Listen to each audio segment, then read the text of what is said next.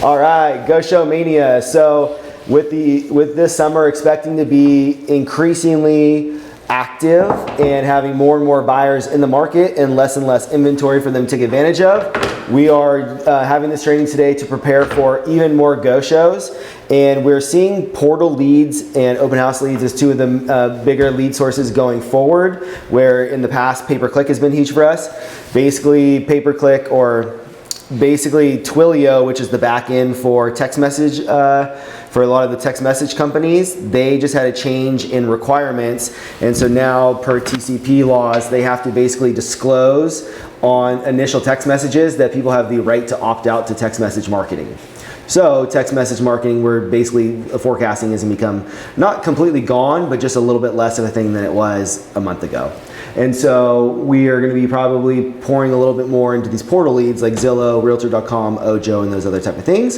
And then also we're going to be pouring more into open houses. We have amazing listings coming up. Kevin has a few, Tiff has a couple, Melissa has a couple, and Jen's working on a few too. So everybody's kind of starting to get these listings, which is going to be immense amount of open house opportunities. And Go Shows are very much a part of open houses as well.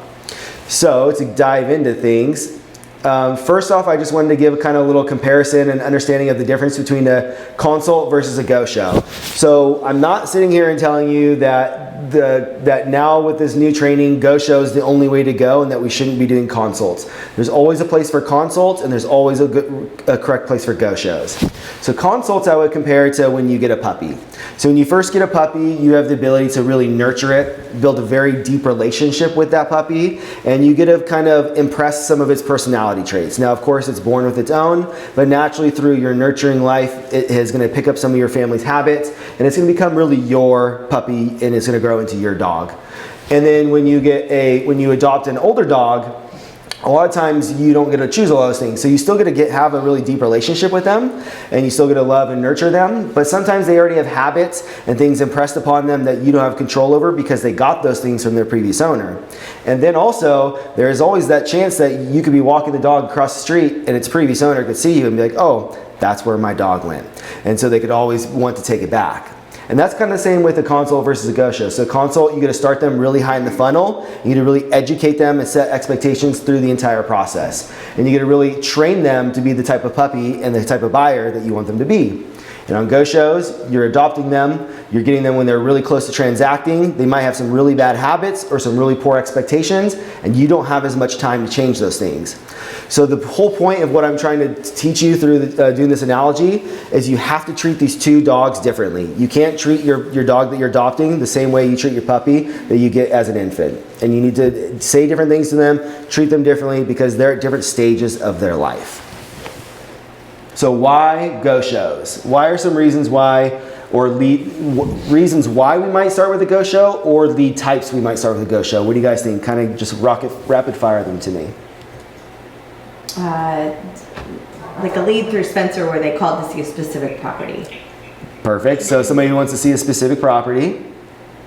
So somebody on vacation for just the weekend and they want to see something very fast. Someone just here for the weekend wants to see something fast, open house, exactly. I said a couple other ones in the very beginning too, so you can steal mine that I already said. Portal leads, these are going to be anybody who's Zillow, Realtor.com, Ojo, etc. So these are going to be really the most common ones. When people are submitting inquiries through a portal lead, they're typically lower in the funnel, not always, but a good percentage of them are, and they're ready to go see properties right away. Number two is an open house lead. They're kind of, open house lead is very comparable to a portal lead. They're doing the same type of activity that a portal lead is doing, because a portal lead is clicking on a schedule a showing or get more information on a specific property. When you go to an open house, it's essentially what you're doing. You're just doing the real life version as opposed to the digital version. So these leads are very comparable to each other. It's just the action that they're taking to get to you is different. Another one that's really common is PCSOI leads. So whether it be somebody you already know or somebody who gets referred to you. I know sometimes it feels a little bit awkward for somebody who you've known for maybe like 3 years. If they say, hey, Melissa, we want to buy a house with you. It might be weird to be like, hey, well, let's sit down and have a business meeting first. You know, it might be a little bit more natural to go show them houses first. And that's not to say to only do that, but that's just what human nature is going to lead you to. Another good reason why is when you have low relationship capital. So if you've only had one quick conversation with somebody, it's hard to really build a lot of value around why they're going to do this consult with you, right? And that's where sometimes you get that awkward feeling of like, well, why is this person? How am I going to convince this person to do this with me? Where it's easier to just be like, hey, well, let's go out and start seeing houses, and you'll build that relationship capital as you go. You also get buyers sometimes that are very resistant to a strategy session. You have somebody who's like, oh, I've already bought 3 houses. I don't need to do that. I already know everything. And then last are buyers that are really low in the funnel. So if somebody's ready to transact, they're ready to write an offer tomorrow. A lot of times it doesn't make sense to then pull them back in the process to a level where it's going to really frustrate them and slow things down when they really need to get in the house right away. So these are all really good reasons why we would do go shows. And all right, so I'm using this percentage, 70%. Does anybody have any guesses on what 70% might be about? 70% will never call you back after a go show. That's a good one. That's not where I was going with it, but I like that one. I wish I had that. I wish I had that stat. What other kind of guesses do we have? 70% converts into a buy or a sell. That's pretty much on track, yeah. So what it is 70% of buyers will go with the agent, the first agent they meet. So 70% of the time, buyers will not shop around and look for an agent. They will go with the very first person they meet. And this is why really go shows start to begin having that value, because if you can meet somebody at a property, quickly make a relationship with them, quickly build value, you have a 70% chance of holding on to them if they do actually end up turning into a buyer for somebody. Now, of course, this doesn't take into effect the people who never end up buying. And that's probably, for our market, a larger percentage. In a lower price market, it's probably a smaller percentage, but we're dealing with our local market here. So I think that's an amazing stat. Yeah. It actually gives me more confidence to maybe treat it. I mean, I do, but I just do always feel like, the chances that they're going to stick this time. Yeah. But they do. Be super presumptive is what it says, because put it this way, most of these people don't know what the hell they're doing. So if you're like, oh, I'm your agent now, most of them are like, okay, you ever been in a relationship where it's like, you're my boyfriend now? It's like, okay, like whatever. Like, Yeah. It's true though. You're my boyfriend. Yeah, right after like 2 years. Okay. So Kevin's point's a great transition to my next slide, and the reason why you need to be very presumptive is you need to just focus fully on that person and don't focus at all on the property. Most buyers will not buy that first property that you take them to. Almost never. It's very, very rare. Sometimes we'll be sitting at the open house and they'll walk in and they'll say, hey, I want to write an offer on this one. I don't have an agent. Can you do it for me? But that's a needle in a haystack, and that's not something you should plan on. What's the bigger reality and more likely to happen is that you're going to meet this person. They're going to say, hey, you're my agent now, or hey, I'm your agent now, let's go on a date. And so if you focus on that person and building a relationship with them, as opposed to that property they're going to see, you're going to have a much better chance of succeeding. When you focus on the property, what happens is you become almost like a gatekeeper for them for information for that specific property. And so they don't see you as a valuable person. They don't see you as somebody who can add value to their life or their transaction. They just see you as somebody who is holding back that information of only that one specific property. So always with your conversations and your appointments and your consults, focus on what their needs are, not what that specific property is. All right, so first I'm going to go into a little bit on scheduling the Go Show. So this specifically is Zillow's training on how they want you to handle their online leads, and I think it's very applicable to open houses and all the other lead types that I talked about as well. So their system is called ALM, and what ALM stands for is appointment, location, motivation. So the first thing you want to focus on them with somebody who you know that's going to be more likely to be a Go Show is first just getting that appointment. And really what you want to focus on here is, hey, our most likely way to get people to transact is to get them to go see properties. I think as a team right now, we've gotten a little bit of a mode of focusing too much on our buyer consults and our buyer engagement agreements, and that's great. I'm super excited about how much focus we have on it, but I think the missing piece now is let's get out in the field, let's go see those homes, and that's what's actually going to move them down that funnel, is going out and seeing more places, seeing what they like, seeing which neighborhoods fit them, and stuff like that. So really focus on getting that appointment set first, because then you have them locked in at your second opportunity. Now next is you want to focus on their location, and what you're really trying to do here with this location is, one, open them up to other properties that might be a possibility, because remember, we want to focus on the person, not the property. And then number two is you want to see if you can really narrow down to just one neighborhood, because as an agent, that's going to make your job incredibly easier if you can just focus in on one neighborhood, or maybe even a few sets of neighborhoods. But what you don't want is, well, I could be Carmel Valley, or I could be Pacific Grove, or I could be either side of Pebble Beach, and I kind of like Aptos too. That's a nightmare client, because they don't really know what they want. You're going to be driving all around town. Melissa's giving a thumbs up because that was one of her buyers. And so anytime you have somebody like that, you really want to focus on getting them down to just only a couple places, and a couple places that are all similar to each other too, because that's when it makes sense. But if you have them go to Carmel Valley and Pacific Grove, I don't see anything that's in comparison to those two places personally. So they're very, very different areas. So they need to really visualize where their life is going to be and where they want to establish themselves. So another way to ask this is, are you targeting this specific neighborhood, or are you open to other areas? And so that's where you can find out, hey, is this Pebble Beach neighborhood the one they want, or are they open to that neighborhood in Pacific Grove? Can they do New Monterey? Things like that. So then you want to move the conversation to motivation. And this is the biggest thing, because if you understand their motivation, you can always pull the conversation back to their original motivation whenever things get a little bit dicey or they have a little bit less commitment. And the great questions to ask about motivation is, what is it about these properties that interests you? Are you looking for fun? Are you looking to make a move in the near future? That'll help you establish their timeline. What has you interested in real estate to begin with? And that'll help you understand what has them interested in making a move. And then one of my favorite ones that I see Spencer use a lot in his appointments is, where are you moving from? And he kind of pairs that with, can you tell me about your current living situation?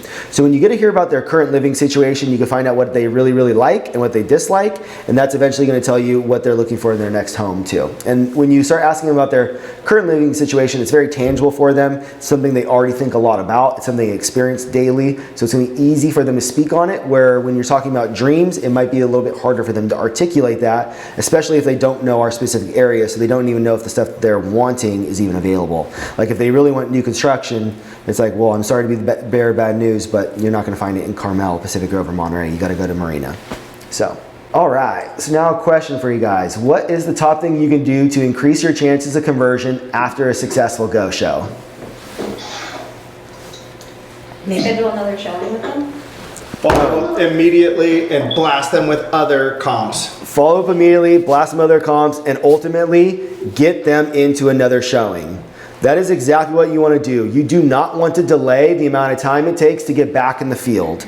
You want to get back in the field as soon as possible, get back out seeing properties so you can deepen that relationship, get them thinking more and more about real estate, and then ultimately associating you with those properties, because that's what's naturally going to happen.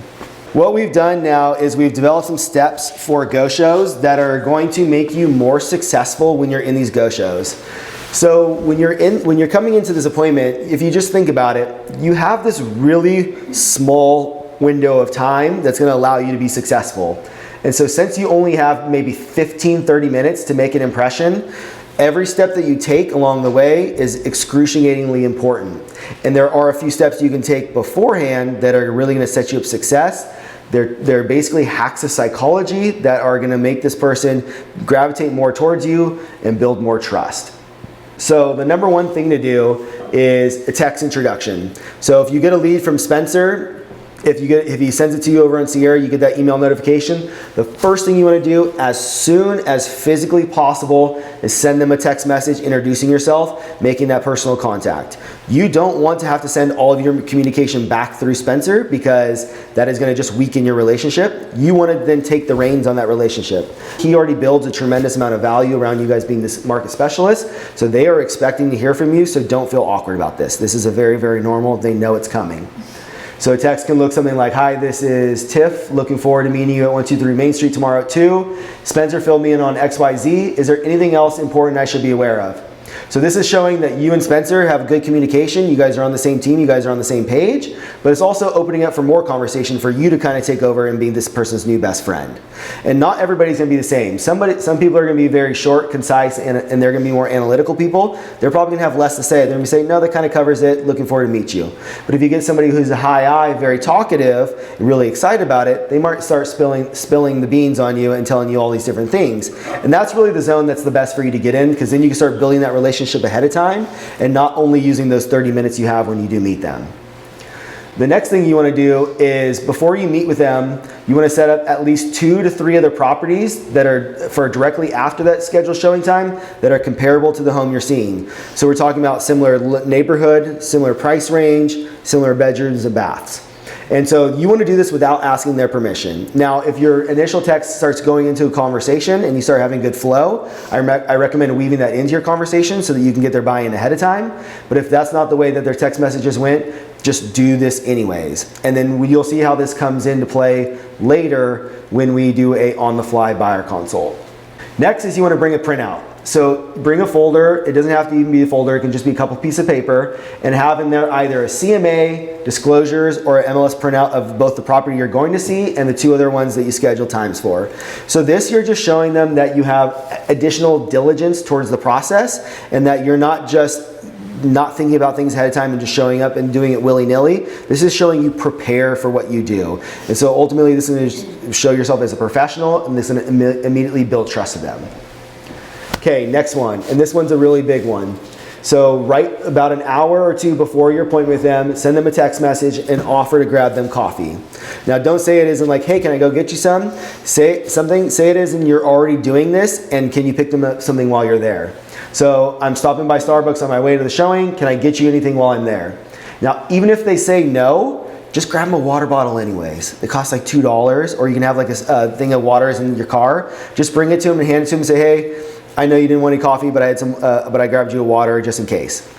What do you guys think this does when you do this little coffee trick before a meeting? What are you tapping into?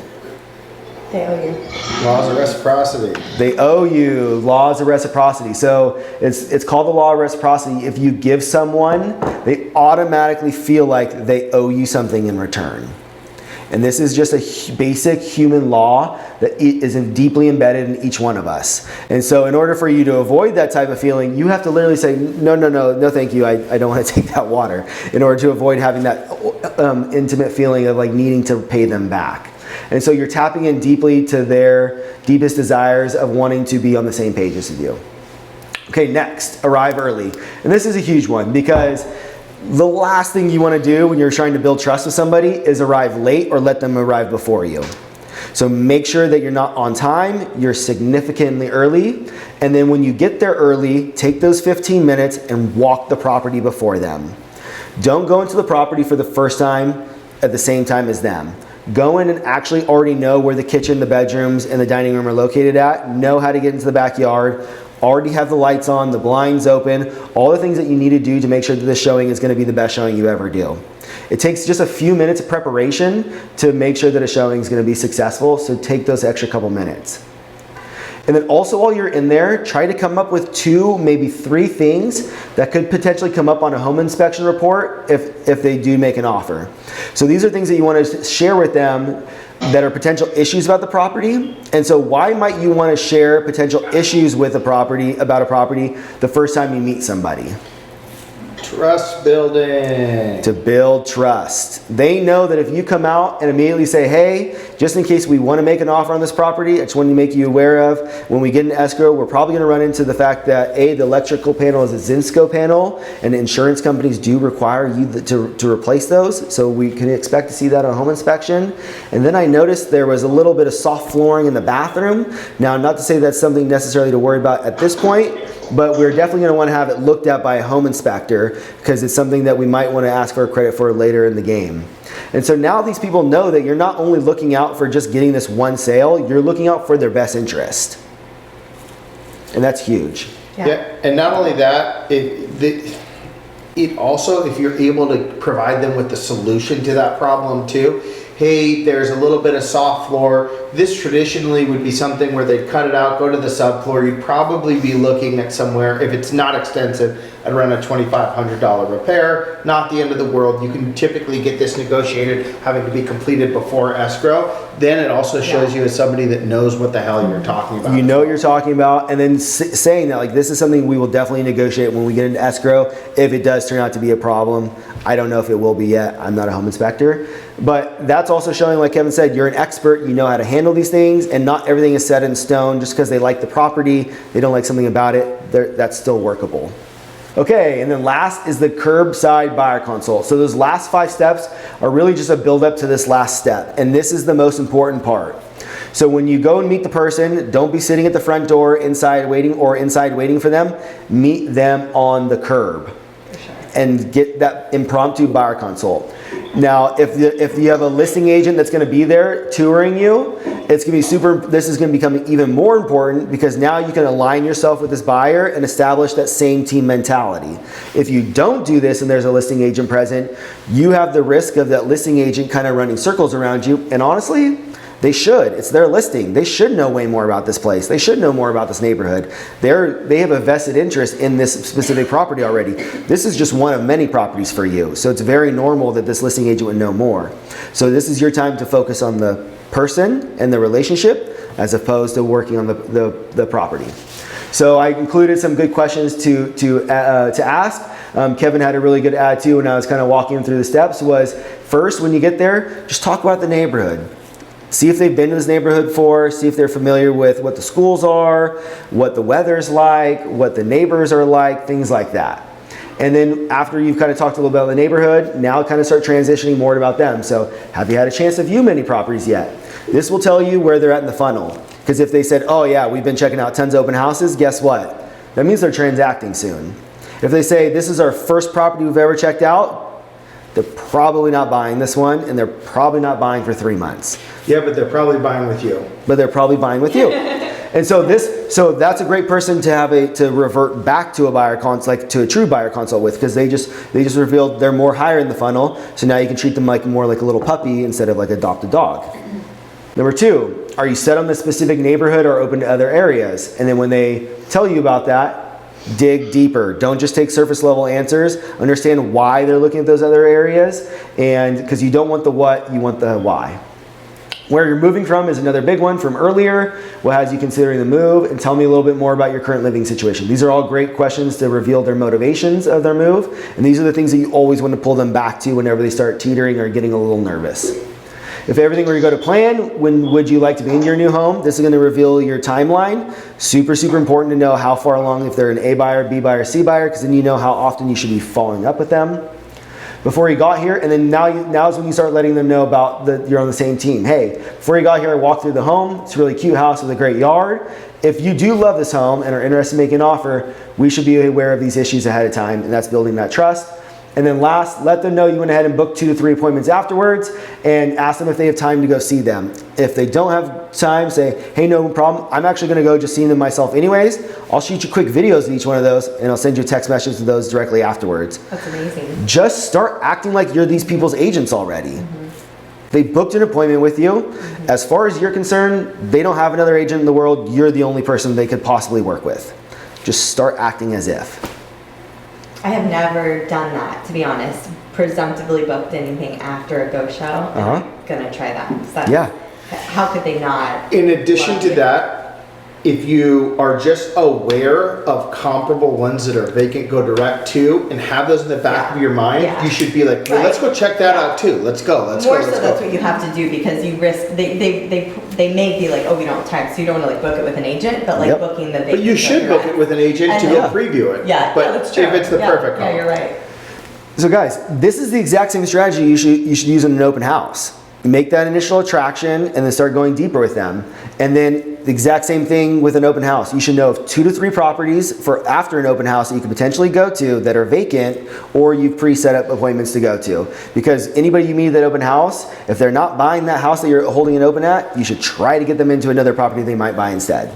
Okay, so then if you did, this is the last slide, so if you did in that initial question where they said, have you got a chance to look at other properties yet? They said, no, this is my first. Well, this is a situation where you're gonna wanna revert them back to the buyer consult because they're higher in the funnel. You've revealed that. So get down to their motivation, find out what their current living situation is, why they're wanting to change it. Let's say they're renting, they're tired of throwing away payments on rent, and they want to start building equity. Say, hey, I totally get your frustration with all the money that you spent in rent this year. You mentioned maybe $72,000 over the last 2 years. I can see how you want to start building your financial future, and that $72,000 can start being built equity within your home.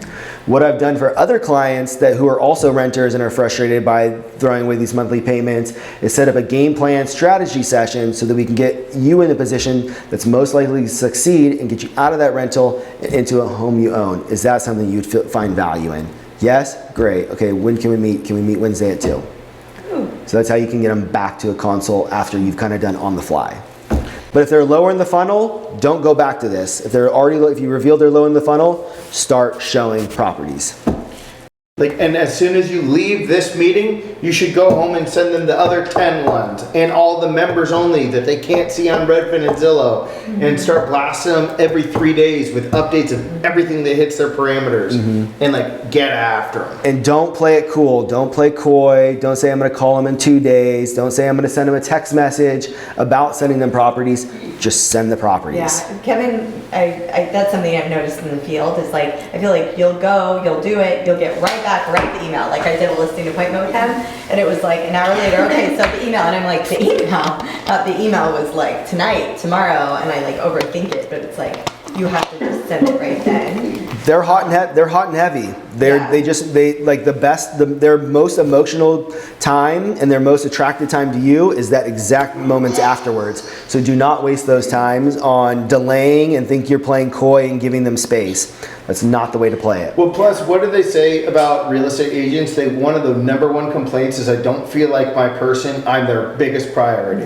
right? That's the number one thing about a real estate agent. If I have a meeting with somebody and I follow up with that meeting immediately after, they're thinking like, yes, this is my person. They're on my team. I'm ready to go. Like I'm attacking it. Yep, exactly.